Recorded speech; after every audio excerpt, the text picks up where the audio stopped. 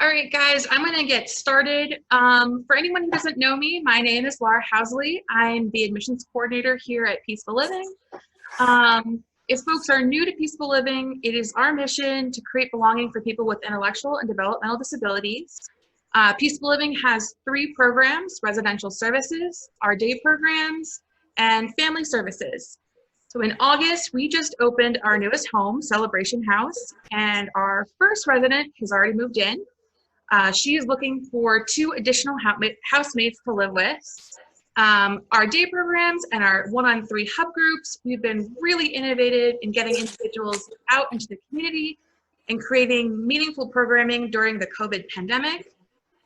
Everyone, our team members, the people we support have adapted so well to the social distancing changes. We are taking referrals to all our programs.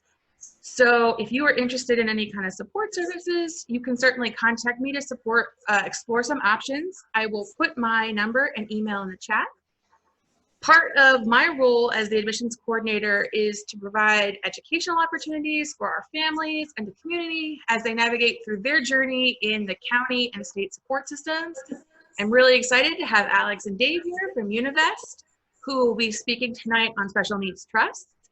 As they're presenting, you guys are able to utilize the chat feature at the bottom of your screen to ask questions and leave comments, and then I'll be helping them answer questions at the end of the presentation. So Dave and Alex, I'm going to let you guys get started, and I can't wait to hear from you. All right, thanks. Nice to be here. Thanks for inviting us to come speak to you guys today. I am screen sharing, so I can't see the chat at the moment, so I'm hoping that I can kind of be coordinated if there are questions that come up. And we'll just wing it and figure it out. My name's Alex. Okay, go ahead. I was going to say, you want to introduce yourself? Sure, yeah. My name is Alex McGid. I am a trust officer with Univest Bank, located in Souderton. A little bit of my background: I've been with Univest for about 5 years now. I am an attorney. My background before coming over to Univest was in the field of estate planning. So I do have a unique kind of perspective on the aspects of special needs trusts and administration and the actual going through documents and the drafting process. So hopefully I can impart a little bit of knowledge without giving, real legal advice or anything. Right. My role at Univest, as a trust officer, I administer trusts, with my particular focus being on special needs trusts, both first-party trusts and third-party funded, which we'll get to later in the presentation. So, and this is my colleague, Dave Geibel. Hello, good evening, everyone. My name is David Geibel. I'm the president of Gerard, which is the wealth management arm of Univest. Trust is one of our 5 lines of business across our wealth platform, and we manage about $4 billion in wealth for clients with various needs. The trust department at Univest has been around for over 100 years, and what I like to talk to people about is they actually take care of our most vulnerable clients, people who can't necessarily advocate for themselves. And Alex and his team in the trust department just do a great job on special needs trust administration and guardianship. Our job as wealth advisors, planners, trust officers is to put our clients' needs first.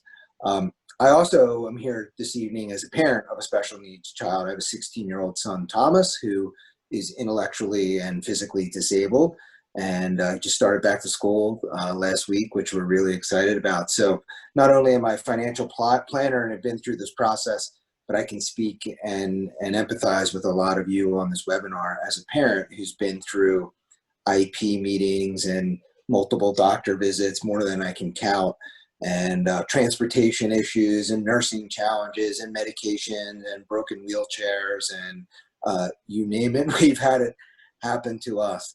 And I've also been through the process Alex has helped me with my special needs trust as more of a financial generalist. So thanks for coming in, and Alex is going to do a terrific job tonight and provide you a lot of really good information, and we're here to help. All right, Alex, all you. All right, thanks, Dave. Just before we get started through the slides, I'm going to do my best not to read stuff to you, although there is some legal language that goes along with some of this trusts, the special needs trust background. I just want to go kind of get a preview for everyone and kind of give my expectation of what you're going to get out of this tonight. So hopefully I'm spot on. This is meant to be more of a brief introductory lesson into the entire world of special needs trusts, as well as, take a cursory look at the common benefits that a lot of individuals in Pennsylvania receive, or for which they may be eligible, government benefits. This is a highly complex area of the law, and it frequently changes. I do training every year down in Florida, except for this year, for about 3 or 4 days, just on updates of special needs trusts, getting updates from Social Security, from and locally, from DHS and local Social Security offices. A lot of updates always with the POMs and the regs that come out every year. So it's going to be hard to do a deep dive in our time tonight with on any specific or really high level planning or anything, but I will obviously have my contact information at the end of the slides if you guys do have any questions, feel free to shoot me an email, or if you guys want to talk about anything, I'll do my best. But I would hope and expect that at the end of the presentation, you'd at least have a basic understanding of how special needs trusts operate, the role of the trustee, more specifically, the role of like a corporate professional trustee rather than an individual trustee, to be able to further relate to individuals with disabilities and their financial picture, and then providing an overall understanding about how a special needs trust kind of fits into that picture. So we're going to start going through the slides a little bit, and like I said, I'll do my best try not to read too much because it will be in front of you, but we'll go through this together. So a little bit of history first, just dealing with special needs trusts and how they came about.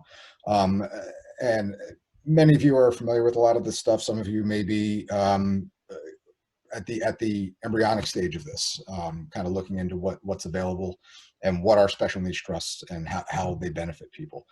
So historically, parents of children with disabilities and had limited options in terms of what they can do with their own estate, to plan for others, to plan for the spending, how to transfer wealth to others, in order to still have them financially qualify for public benefits. And then during the 80s and 90s, there was a lot of case law, not specific to Pennsylvania, but across the country, which evolved, which allowed parents to create a specific new kind of carve-out trust for a child with disabilities that would allow them to still remain financially eligible for certain local federal benefits while having, their own funds set aside to, quote, supplement any of those public benefits that they're eligible for. This is a special needs trust. And stemming from this, in 1993, the OBRA 93, if you've heard that term before, is the concept of a special needs trust was created in the law. So what is a special needs trust? Simply stated, a special needs trust, it's a document drafted for the primary purpose of allowing a beneficiary, the individual with a disability, to, quote, shelter assets from being considered during the application process for public benefits. And so long as certain conditions and limitations are met within the document itself and how it's being administered, the law and Social Security, they came to an agreement that said, okay, we're going to allow you to set aside some funds, whether that's your own funds or somebody leaving you funds or assets, into this specific carve out of a trust. And so long as it has A, B, C, and D in the document written in there, and the trustee is bound to those terms, then we will, kind of turn a blind eye to those funds and only look at your other assets when you're doing the application process for means tested benefits that we'll get to later. So when I talk about some of those limitations and specific things that need to be within a trust to allow it to qualify as a special needs trust, the key language is that the funds in a special needs trust cannot be used to replace or supplant the purpose of any benefit that's already being provided by a state or government benefit. So for instance, the example I gave here is very common. If someone's receiving SSI, which is supplemental security income, the amount they receive each month is meant to provide assistance with their basic needs for food and housing. So it used to include clothing, but that's not so much anymore. But what that really means is that the funds in the special needs trust cannot be used for those purposes because the individual is already receiving SSI, which is meant to provide for those. So the government says, all right, well, so long as you're not using your outside funds for your own food and shelter, we're not going to let you double dip, and we'll provide that to you, and still you can have those funds outside. Similarly, cash or cash equivalents such as gift cards or debit cards, any kind of gift certificate to places, they can't be given directly to a beneficiary. That would be in violation of these terms. And if funds are used inappropriately, the beneficiary may, have reduced benefits for a month or longer, or even terminated over time. This is where you get to some high stakes things, because benefits are very important to everybody. And I'm sure I don't need to explain how important they can be and how vital they can be to some people. So we do our best, and that's part of our role as the trustee. That's part of our overall responsibility, is to ensure that the trust funds are used appropriately, that everything's to be accounted for properly. The court it needs to be advised when necessary. DHS needs to get advised when necessary. To ensure that the benefits are maximized, if that's an important part of the trust and of the individual's consideration. Because a lot of these, every trust is different, as everyone knows. Every individual is different. Everybody, this is a personal kind of trust. This is not a something set it and forget it. This is something that the beneficiary, parents, guardians, the trustee, the court, advocates, team approach. This is a lot of hands-on when it comes to the more complex special needs trust. It's a group approach. I have beneficiaries and clients of these sort of trusts that I talk with them daily. I talk with their parents multiple times a day about how we're paying for certain medical care, who's this bill going to, how we're purchasing a home, how we're purchasing adaptive equipment for to modify the home or vehicles, and all this all falls within the purview of the trustee. That's our decision, and using our discretion to make sure everything is done properly. So I'll get into now. There's three basic kinds of special needs trusts. Like I said, it's not a one size fits all by any means, but more so in special needs trusts. The first one we're going to discuss is called a self-settled special needs trust, also called a D4A trust, which is simply a reference to the where it is in the U.S. Code. This is also referred to, and I'll refer to it as a first-party special needs trust. It's simply stated this way because it is your funds, you being the beneficiary, that is funding the trust. It is your funds. The second type of trust is called a pooled special needs trust, a D4C trust. This is the kind of trust that I'll get into. It has to be run by a nonprofit organization, and it's meant to accommodate those type of trusts that are smaller in size, where it doesn't necessitate the need for professional trustees to be involved for fees and for a lot of investment activity. And we'll get into what it means to be a pooled trust. All right, and then finally, which is more of a unique one, is called a third-party special needs trust, which that third party is anybody other than the beneficiary themselves, anybody else funding this trust, whether it's a parent, a grandparent, a brother, a cousin, the court. It's the funds are not the owned by the beneficiary when they're funding this trust, which provides all the benefits of any other special needs trust to the beneficiary, but is honestly easier to administer, and I'll get into why, as well as it's a little bit more beneficial in terms of the restrictions in it. So first, talking about the self-settled first-party special needs trust. Again, this is the legal definition in the code. If you have the citation, you can take a look or not take a look. I'm going to try not to read this, but here's what this trust is. It's a trust that contains the asset owned by an individual under 65 years of age who is disabled, as defined in the code, and established for their benefit by a parent, grandparent, legal guardian, themselves, starting in 2016, or by the court.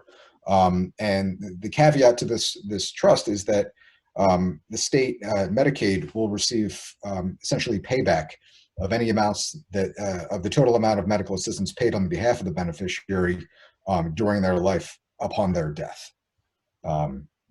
And so what this is the practical definition. So I'm going to go more so from we'll talk about the legal definition, and then we'll go into what does this mean for you to day to day? How could you explain a first party trust to somebody?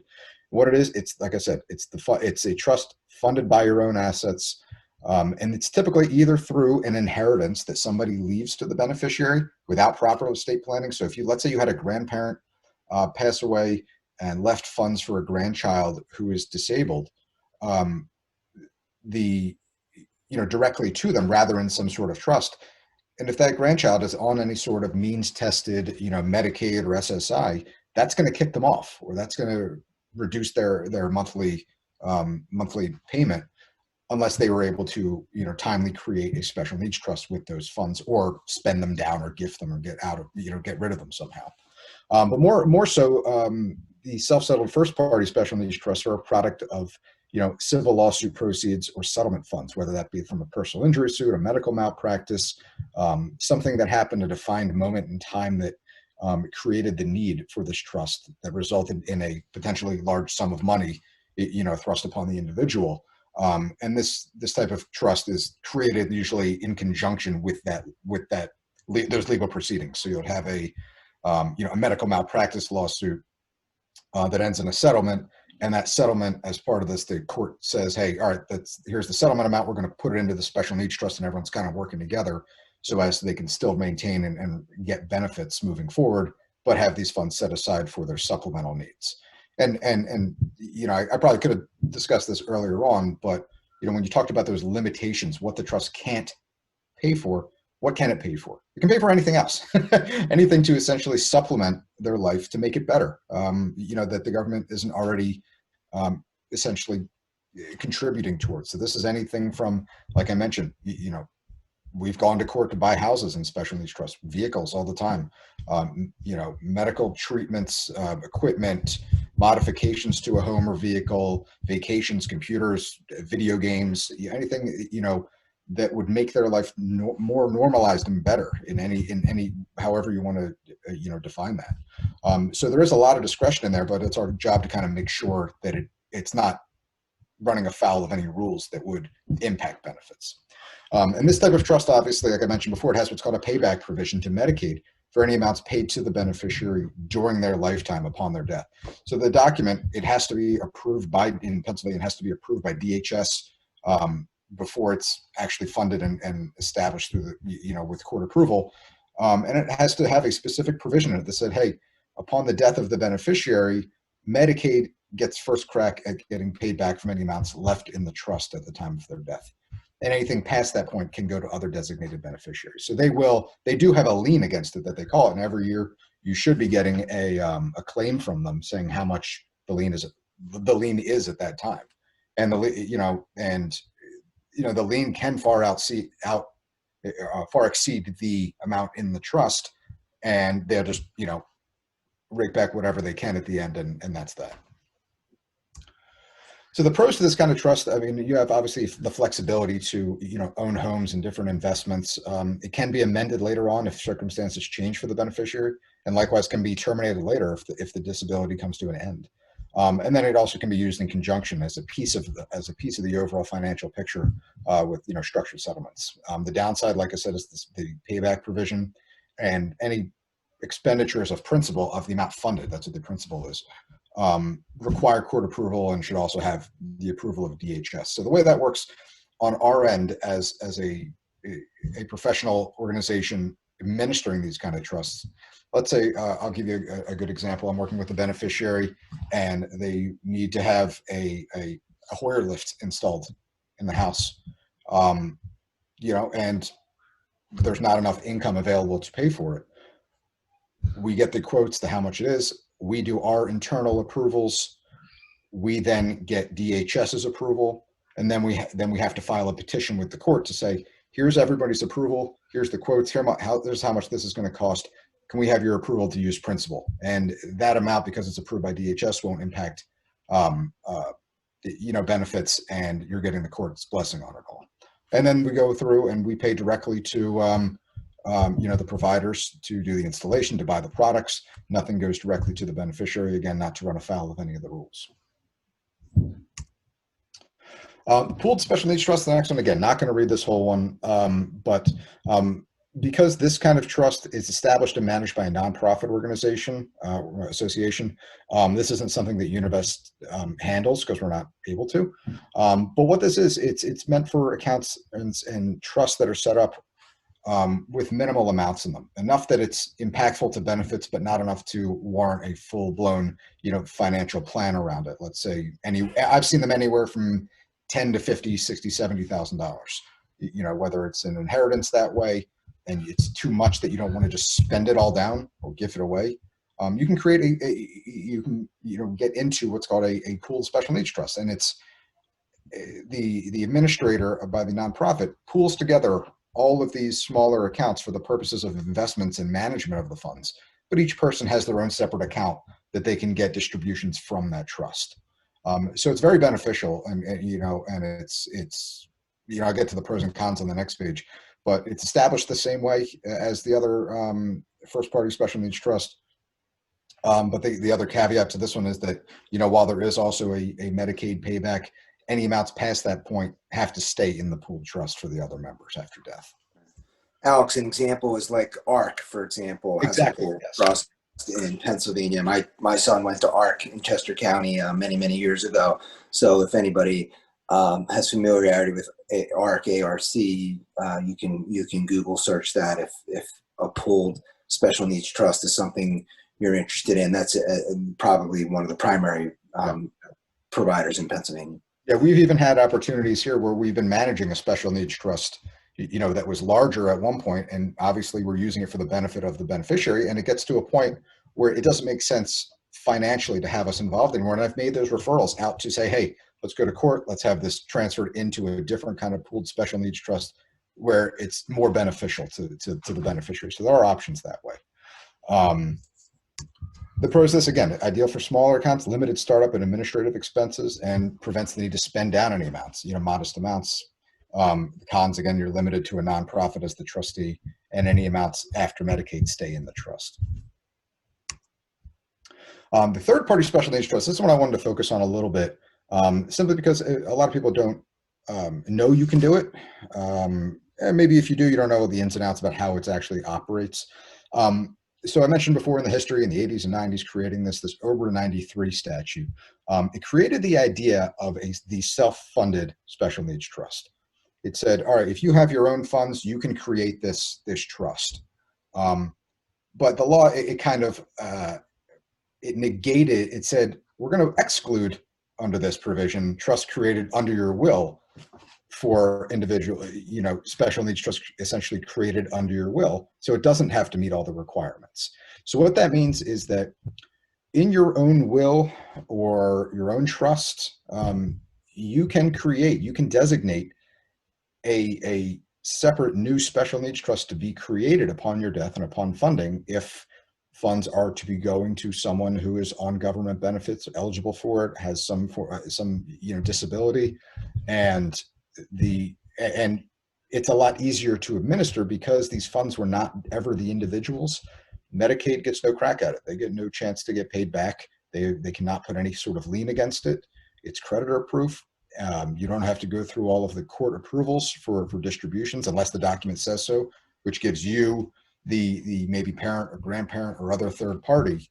I mean, obviously that's where the name comes, the third party to the beneficiary. So it's anybody other than the beneficiary's money.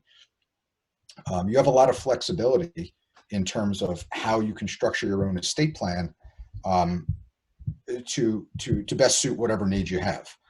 So for instance, you could have a provision in your will that says, I leave everything to my grandkids. However, if X grandchild is receiving government benefits and meets certain requirements, I instruct the executor and the trustee in the document to establish a third-party special needs trust for their benefit. And if they're not, then they can get the money outright. So there's a lot of, you can make like toggle switches like that. You have a lot more flexibility in terms of how you can structure this. And more of a practical definition, just so you have a better understanding, a third-party special needs trust is established and funded with the assets that don't belong to the beneficiary. It's typically set up as what's called a testamentary special needs trust. Testamentary just means it's created based on a provision of your last will and testament.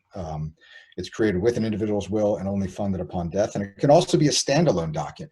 Like me as a parent, I could create a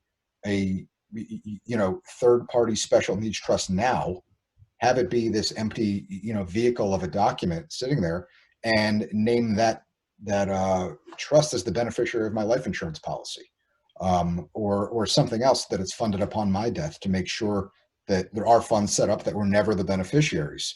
So it still provides them that layer of protection.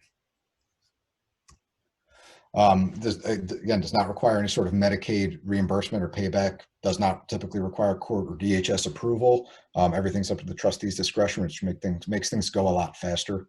And you're able to provide for remainder beneficiaries upon death of the primary beneficiary. The downside, again, while the overall requirements and limitations are less, our job as the trustee is still to make sure that the distributions are within the limitations of the government benefits that they may be receiving. That doesn't absolve us of that responsibility as the trustee. We still have to make sure that we aren't giving money, in kind of support and maintenance, it's called, to the beneficiary, which would maybe impact their SSI or Medicaid. Similarly, even distributions from this kind of trust can't be for shelter or food.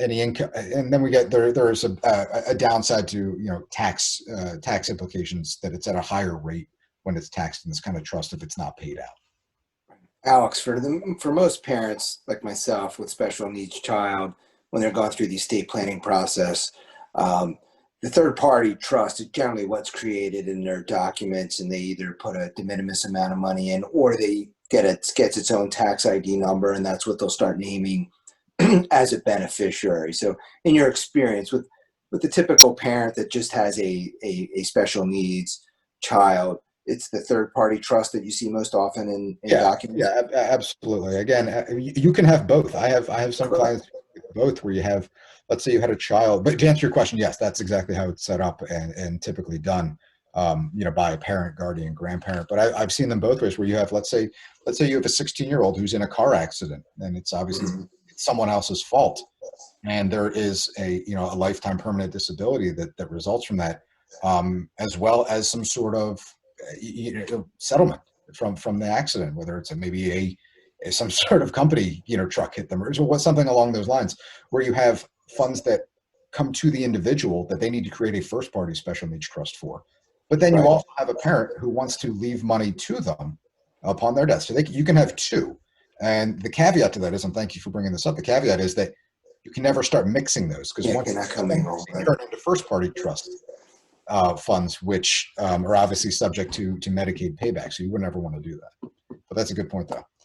All right. So where were we? So the next part about here, we touched on it, how these are actually created. The most important aspect of this, and then everyone can understand on a personal level, is there needs to be a need. And that I underline that word, because that's the core principle about this. This isn't a one size fits all. Again, this isn't some kind of backdrop thing. This is an active thing you need to do, set up, and it needs to be done right. That's the bottom line about it. This is not something that you should go on LegalZoom for. It gets complex very quickly, especially if you do have someone with a first party trust, and with significant assets in there. So in terms of that first party trust, there's typically that defined moment in time that creates the necessity for this, whether that be an accident, a medical malpractice, personal injury, in order for that trigger to go off in your head to say, we need to do something. We need to do some sort of planning. We need to make sure that they're still eligible.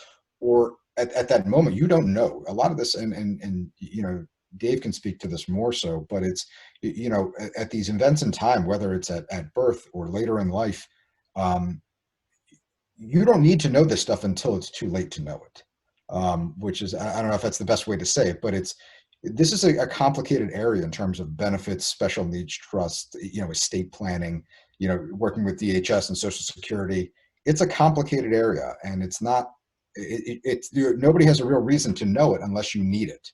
And it's very hard to navigate sometimes, for the most part.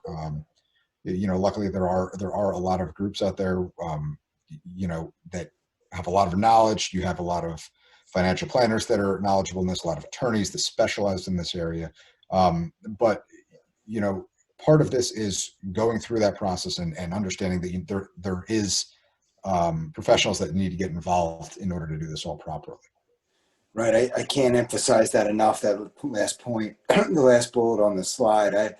I've been through, I'm now on my third set of wills and trusts, and each time it's gotten better.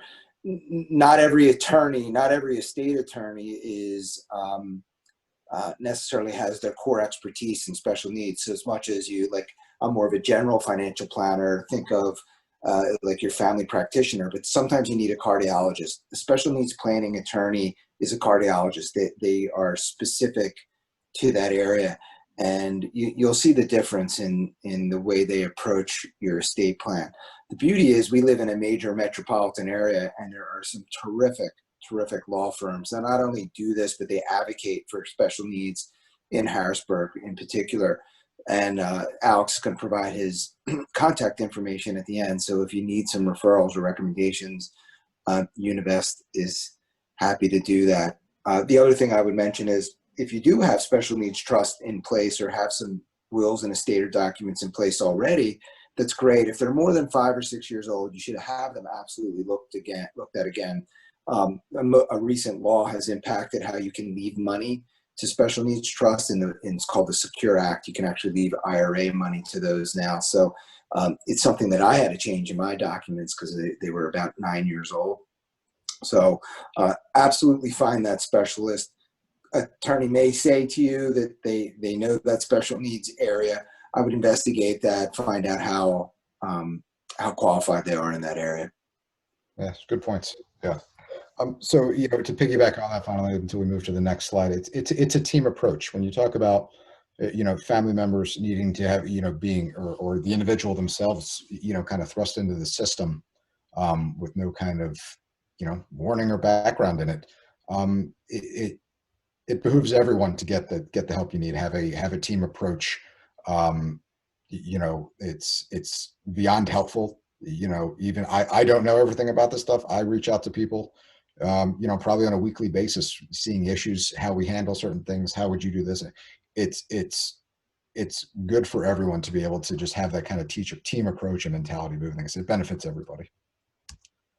And then we get into the actual funding. So you've created the document, you have the need, you have these documents. Now what happens? So in that first party trust, and this is where I'll walk you through this scenario, just because it's important to see this in practice.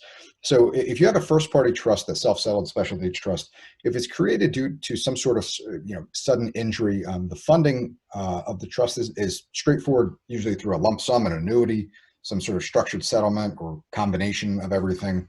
And the funding of this trust is often done at the same time in conjunction with the court proceedings for the underlying lawsuit itself. Everything needs to get court approval along with the document, the trust document that's been drafted. And like I said, every case is different. There are no two identical special needs trusts, no two funding amounts that are exactly the same given a diagnosis or an injury. Everybody's different. Circumstances always change. But there's typically two attorneys involved in the stage, whether it's the personal injury or med-mal attorney at the outset, and then the estate planning special needs attorney towards the end of the suit, where everybody's working in conjunction. You have the PI attorney or the med-mal attorney working with the estate planning attorney to say, all right, here's the funding, is the structure of the funding of a settlement or a proceeds. Now let's work on the trust. Now let's work to get this everything jive so it all works correctly, that everything can just funnel through. Nothing ends up going to the individual. They don't, you don't create a trust over here and they get a check in the mail for $500,000 and they just go, oh, okay. And that's that. And then you're, kind of, up the creek a little bit, in terms of that kind of situation. But, everything works in conjunction and they all, it just flows nicely that way when you have those two people involved. And I've had many times where I've had, I've either received a joint email or a joint phone call from both a PI attorney and the estate planning attorney that says, hey, we have this situation, this beneficiary. Is this someone, who Univest can work with to administer their special needs trust? Here's the situation. Let's meet with the family. Let's meet with the beneficiary. Let's talk about, what the needs are. Let's talk about an annual budget. And let's talk about, what goes on in the daily life and how you're going to get involved. And that's in my wheelhouse. That's what I do on a daily basis. So the first party ones, I mean, they're relatively straightforward in terms of the setting up and funding. And likewise, if there's no sudden influx of funds available, the funding, it must be done through their existing assets. So if there was that sudden injury but there was no settlement or anything like that, it was just an accident, fell down the stairs or something along those lines, nobody else is at fault. It's just a horrible accident. But they still might not be eligible for benefits because of their existing assets. So they can create their own special needs trust with their own assets. And that's where sometimes you can get into those pooled trusts and you have a lot of flexibility that way. And then likewise with the third party trust, like we talked about, and Dave talked about as well, when you're working with, a financial planner and estate planning attorney, you're doing this overall architecture plan before it's ever funded. Let's say you're able to take care of the child or grandchild or somebody during life and you have no need to fund a trust for them. You set it up, you set the architecture up, you set the frame the house, and you make sure it's all sound. So when you are gone and you are not able to take care of them, that there are funds available, the trustees in place, there's continuity of lifestyle, which is very important. And so you kind of have all your ducks lined up. And so you're able to do this while you're alive and competent to make that balance between, your own financial needs versus how much, the future trust should be funded with, and what kind of financial vehicles, kind of would be appropriate to fund it with. Yeah, on that front, if you really look at the challenge of being a parent of a special needs child, you have to plan for your life as well, right? So you may have typical children, you might have to plan for their college needs, you have to plan for your own retirement. You have to have a life to a certain extent as a caregiver. It can be all consuming. And then you have the complexity of what Alex is going through here, which is special needs, laws are ever changing. There's a lot that goes into this. So for somebody like myself that has 3 children, 2 typical, I have to plan for their college. I need life insurance to take care of them. I have to fund a special needs trust. I have to work with who would be the guardian, who would be the trustee if something were to happen to my wife or I. Do I have enough life insurance? Is the beneficiaries titled correctly? What type of life insurance policy you should fund a special needs trust? Because it's got to be permanent, right? You have to cash that life insurance policy in at some point. There's been a lot of things that have come out that have been helpful to our community. ABLE 529 plans, for example, right, Alex, which are a really nice conduit to spend money on for medical needs, almost like a college saving plans for special needs children in particular. The biggest challenge is getting to the starting line. And it's overwhelming when you're a caregiver. I know, because I live it. Life goes quick. You're busy. You're tired. You're fighting with insurance companies, trying to get doctor's appointments. Maybe there's a dispute over what's in an IEP document. The list goes on and on and on. And what we're talking about today, unfortunately, is not an immediate problem, right? And it gets put on the back burner. And I know, because I've done it. And really, if anything you take away from today is there's a lot of people like our trust group, like our financial planning team, a host of law firms in Philly, Peaceful Living, right? This great organization there in your backyard. Bring it to the front burner, ask for help. There's a lot of people who are in this business, in special needs business, are in it because they care about doing the right thing for people. And raise your hand and ask for that help. And it will pay for it. It will cover, the biggest fear I have is what happens to my son when I'm not here anymore. And you can't plan for every contingency, but having a good planner, making sure you're getting all the investments and insurance needs covered, special needs group, special needs attorney, and have those people advocate for you. I can't stress it enough. So I'll stop there and turn it back to you, Alex. Thanks, Dave. So next topic we're going to hop into, and again, many of you are probably going to, know more than I am about some of this stuff, because if you're doing it and living it every day, whether it's the application processes or the day-to-day dealing with Social Security or Medicaid, but this is a good basic breakdown of the 4 kind of benefits that I see on a daily basis with respect to special needs trust. So you have SSI, which is supplemental security income. You have Social Security disability insurance, which is referred to as SSDI, Medicaid, and then Medicaid waiver programs. So SSI, supplemental security income, an individual is eligible to receive a certain monthly amount when the SSA, Social Security Administration, determines that their income and resources fall below a certain limit, and they fall under these guidelines of they're eligible if they're under 65 if they're over 65, blind or disabled as defined by the SSA, a U.S. citizen with income and resources essentially under $2,000. So that $2,000, that's not a hard number right now. But that's the rule of thumb, is that if you have assets in a checking account, or if anything, there's a lot of exceptions, with a car, your primary residence. These are all exceptions to that $2,000 rule. But for the most part, the rule of thumb is if you have $2,000, it's going to be impacted. Generally speaking, the Social Security Administration includes funds that are held in trust for a beneficiary. However, these special needs trusts are excluded from that consideration. That's the whole principle of them, that they say, oh, usually we would include what you have in a trust, whether that's an irrevocable trust or, you set up your own revocable trust or what have you. But so long as the language is correct in the trust, the trust is funded properly, who the trustee is, then, and who controls it, then the Social Security Administration wouldn't consider it. Otherwise, if they do, then it's at part of that countable resources that'll impact your eligibility. The next one, SSDI, similar acronym, but not. This is more of a Social Security disability insurance. This doesn't have any kind of means testing. It's not a $2,000 or under kind of threshold to meet. It's simply that it's a government benefit through payroll taxes. So the individual must be disabled under SSA guidelines. They must have worked a certain amount of years and made contributions into Social Security to earn enough, quote, work credits, and they must be under the age of 65. If you meet those guidelines, then you'll be able to get a monthly disability, payment that they calculate.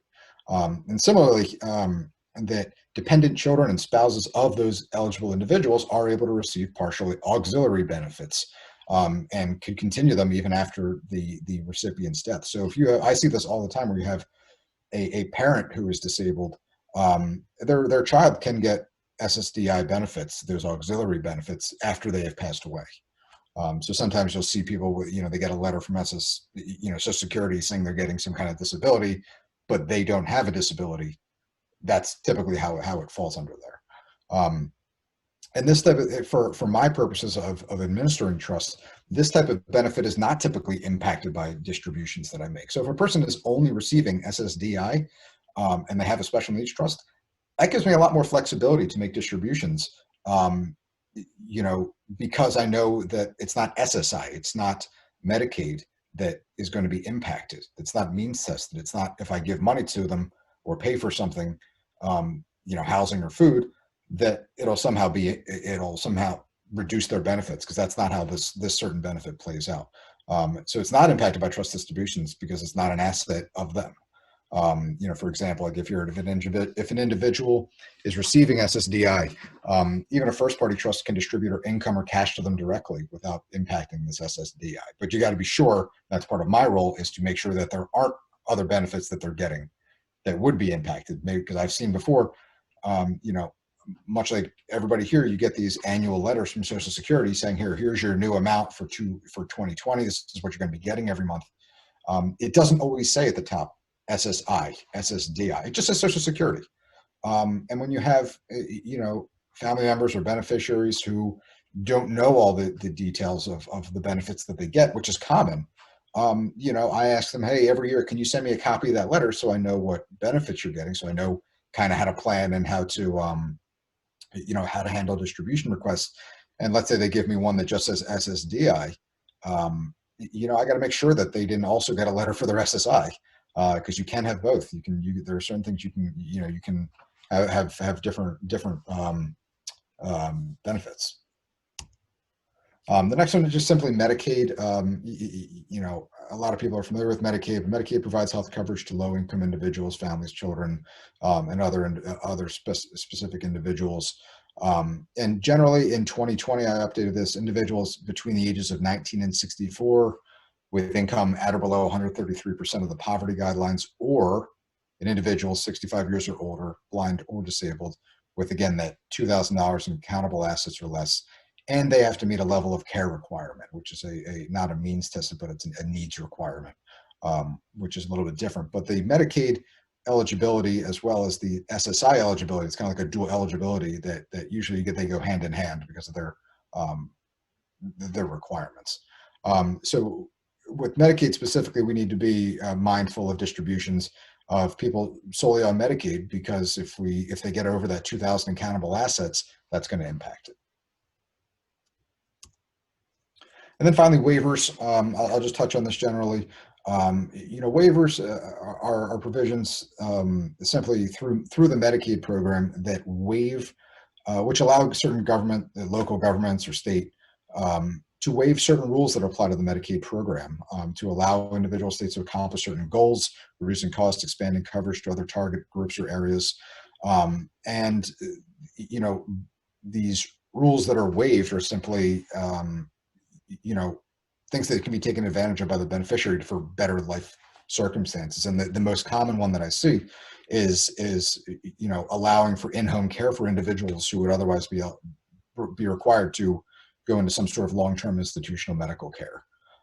So in order to qualify, the individual typically needs to meet certain medical criteria that would require them to be in some sort of institution if they didn't receive in-home care or community care, in addition to any kind of financial eligibility. But much like Medicaid in general, we need to be mindful of these distributions as they may impact, financial eligibility of the waiver programs, because they differ, state to state, county by county.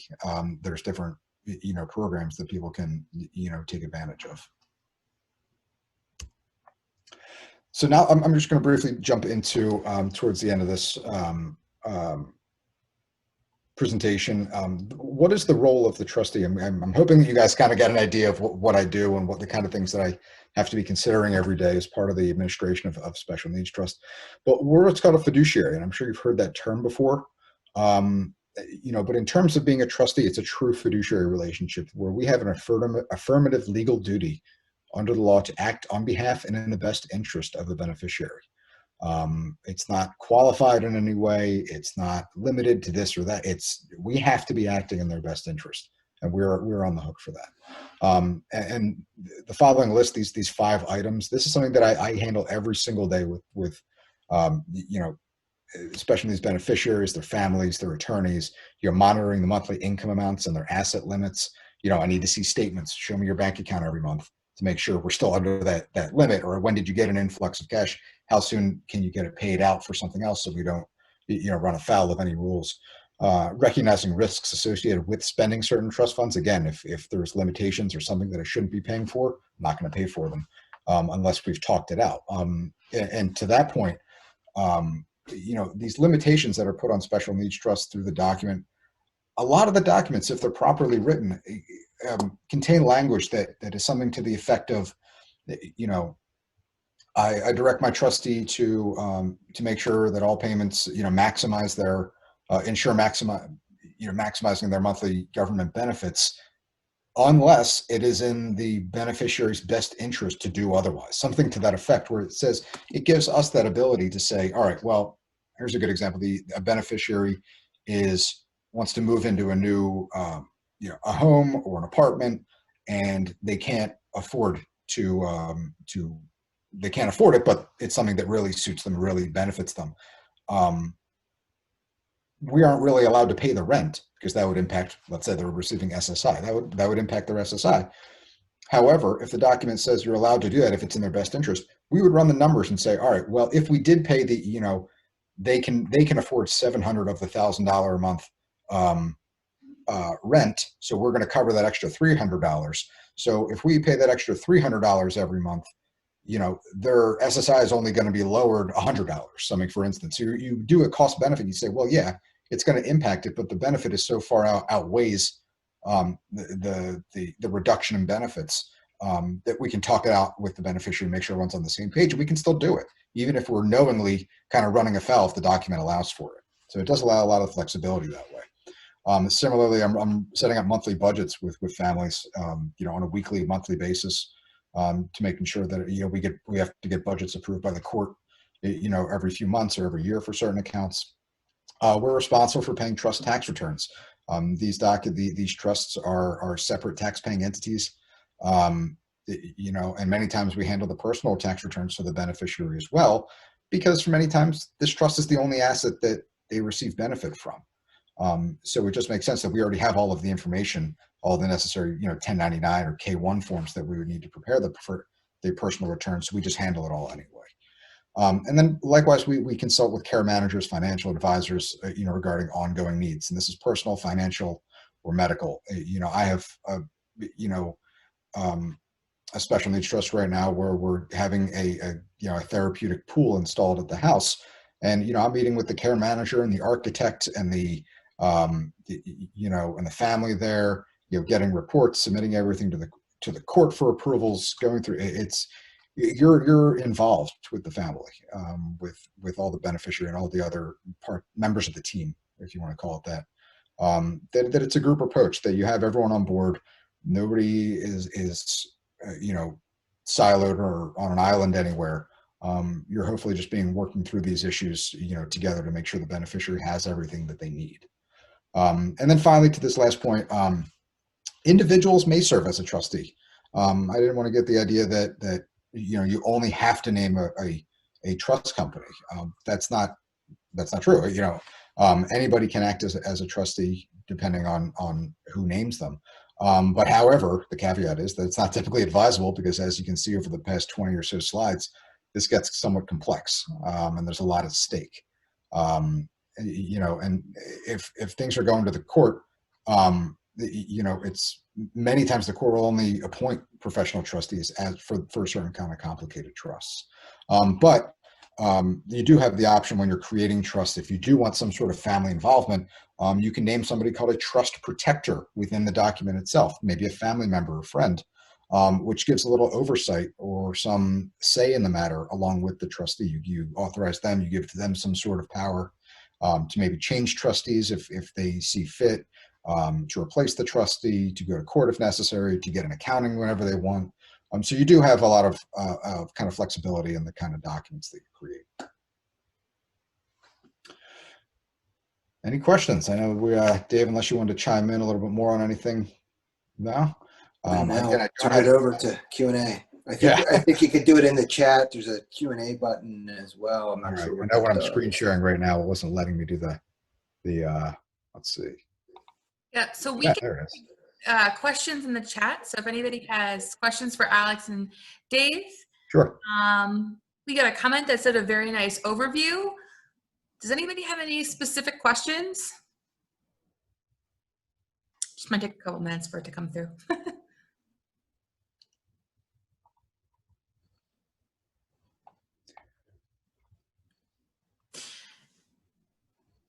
So can you talk about strategies for funding? Funding special needs trusts. Dave could probably talk on that a little more than I could, but as part of that overall strategy of funding special needs trusts, you're balancing. If you're setting up a special needs trust for somebody else, it's essentially what is your lifestyle, what your income, your assets, and what are the potential future needs of the beneficiary that you're planning for. And sometimes that's you can't predict that. You don't know what their future, medical needs are going to be, or life expectancies and things like that.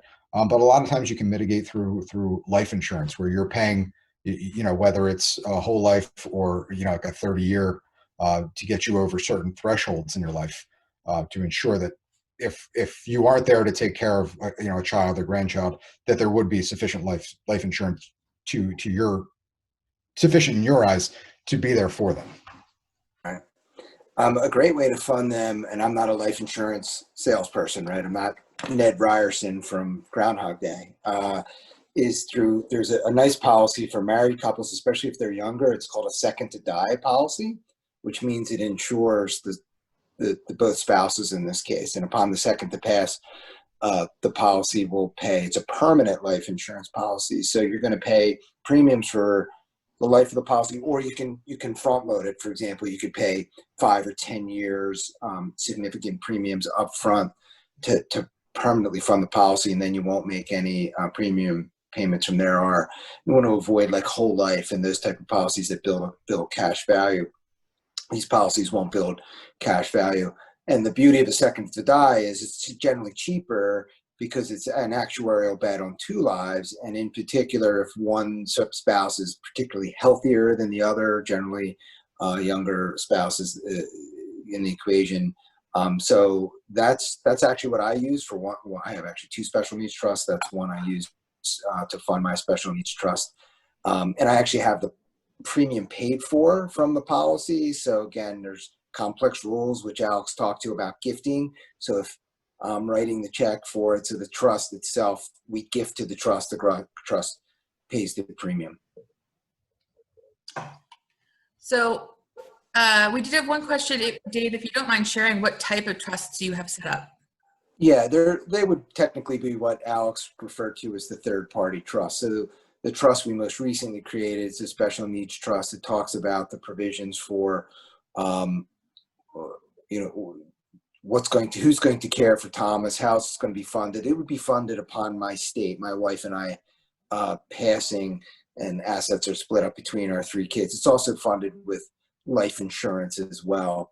The way that we do have an EIN number or a tax ID for that trust. You need that because you need to put that into things like an IRA beneficiary. So if you have an IRA or a 401k, you will actually name the Thomas Geibel Special Needs Trust with the EIN number as the beneficiary. But it just sits in my safe with a check for $5 made out to the trust, and it's a funded trust. So it really doesn't have any assets in it. It is the named beneficiary of various accounts and life insurance policy. My wife and I are the settlers. We're the trustees, and then we've named a legacy. We've named actually Univest as the corporate trustee upon our passing, and my brother-in-law is that trust protector. And as we age, we're going to have to look at those relationships, and maybe I name one of my adult children as the trust protector because we want to make sure there's people in place that can care for Thomas when I either can't anymore or I'm no longer here to do it. And that's why I say you got to constantly update these things every 5 years because life changes, right? So our next question is about pricing, for like a range. Do you charge a flat fee each month, or is it a percentage of the assets you're entrusted to oversee? So, I mean, every account is different, but typically our fee schedules are, it's a tiered schedule based on the assets that are part of the trust that we manage. It's charged on a monthly basis, but a percentage per year. So I think our up to, I would have to double check what our new one is, but I believe it's up to $1 million in a special needs trust. We charge 1.65% per year, which is taken on a monthly basis. So every month we look at the market value of the trust, look at 1.65% of that, divide that by 12, and that's the amount of our fee that month. So if the market is doing well that month, the fee might be higher than the month previous if the market was not doing well. If that answers the question. So we had some questions about SSDI and earning more than that $2,000 limit. I'm not sure if that's if you can speak to that a little bit. Well, I mean, I don't know if that's kind of getting two of the benefits working together. The SSDI credits, it's I don't have the numbers of how much you make equating to one credit or how many you need at this point. But I don't think the $2,000 limit is for SSDI. Qualifying for SSDI is not a means tested thing. It's not like you can the $2,000 limit that applies more to SSI. But if you do have any specific questions or something, you can just shoot me an email on that.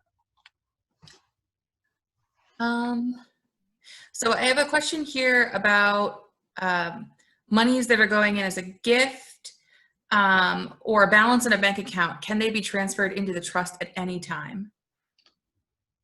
Can money that was given to a beneficiary as a gift or the balance of, I mean, once, I mean, it depends on the situation, but once money is gifted, I mean, it's gone at that point. It's out of your control.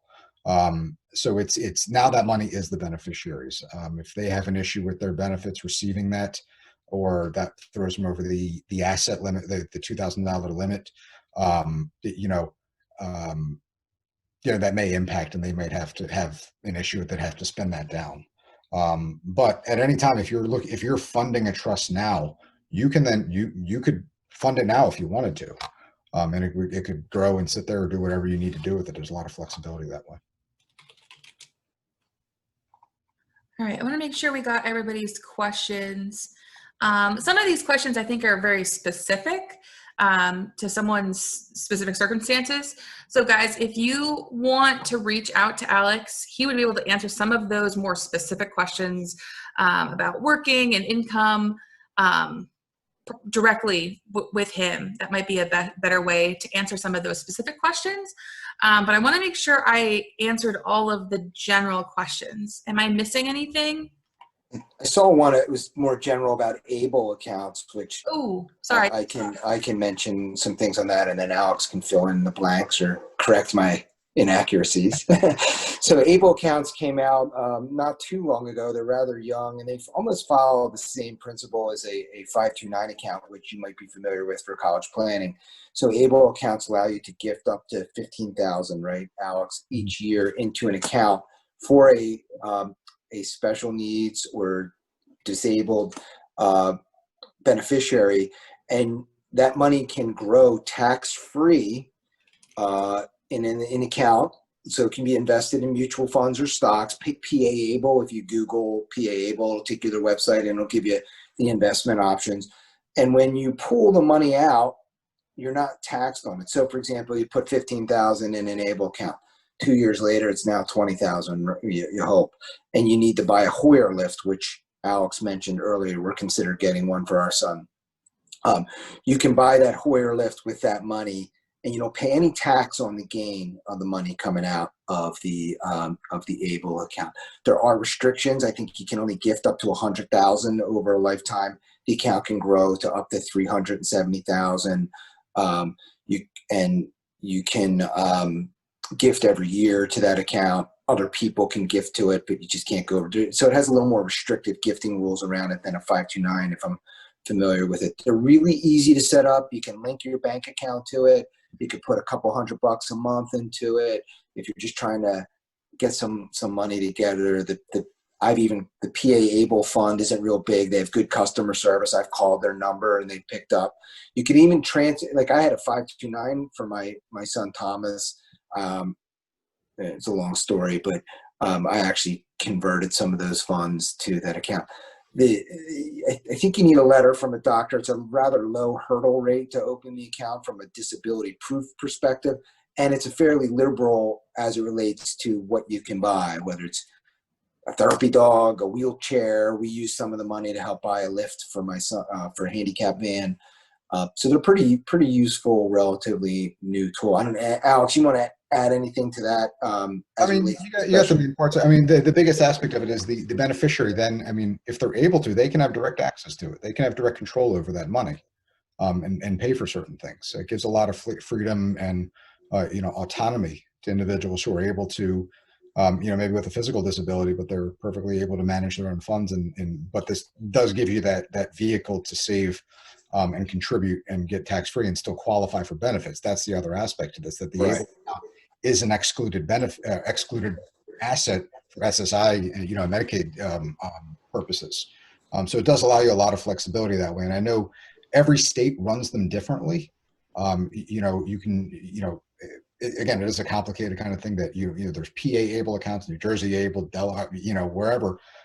Everyone has their own kind of spin on it. And you don't, because you live in PA, you don't need to get a PA ABLE. You can get it, but you can only have one at a time. That's right. So it looks like 2 more questions came through. What happens to the trust when a beneficiary turns 65? So long as it was, either any kind of special needs trust, so long as it was established prior to 65, it doesn't terminate or anything. You just can't create one after 65, because you can see the reason where, 65 being a retirement age where you could have, a whole generation of workers now looking to retire and create a special needs trust to still now qualify for Medicaid or to qualify for other benefits. simply by sheltering their assets. So you don't really have that ability to do it later in life. It's got to be set up beforehand, but it doesn't like terminate or anything. Last question looks like, what are the implications of ABLE account for tax deductions?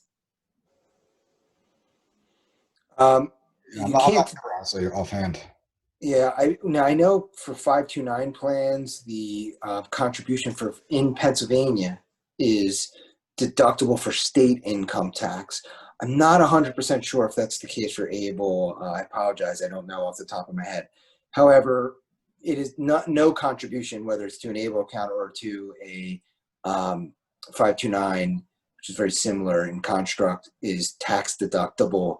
The tax benefit is when you pull the money out, back to my example, 15 grows to 20, you do not pay income tax on any of the proceeds that gain, nor do you pay any capital gains tax. So really, it's almost, think of it as an IRA. It's a tax deferred vehicle to grow for someone with disabilities.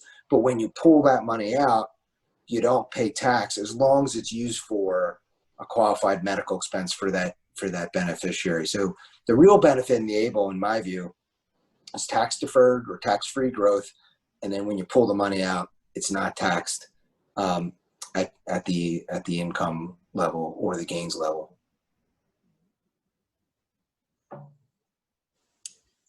All right, so I think we've answered all the general questions on here. So I think we should probably wrap it up because we hit our 7:30 mark. Do you guys have anything else that you want to close with before we end the webinar? No, thank you guys for the opportunity to talk with everyone. I appreciate it. Hopefully people found it informative. And, if you do have any more specific questions, I can do my best to get you some answers. Just reach out to me via email. Some things, it gets a little complex and I don't want to, get in the realm of giving legal advice on certain things. So I may want to refer you to someone if it's an issue, but I'll do my best to kind of point you in the right direction. Yeah. Just thank you. Let us know if we can help. Really appreciate the opportunity to be on tonight. Yeah, thank you so much for joining us. This was awesome to have you guys here and to talk about this complex issue with us. Our pleasure. Thank you. Take care. All right. Bye, everyone. Bye-bye. See you later.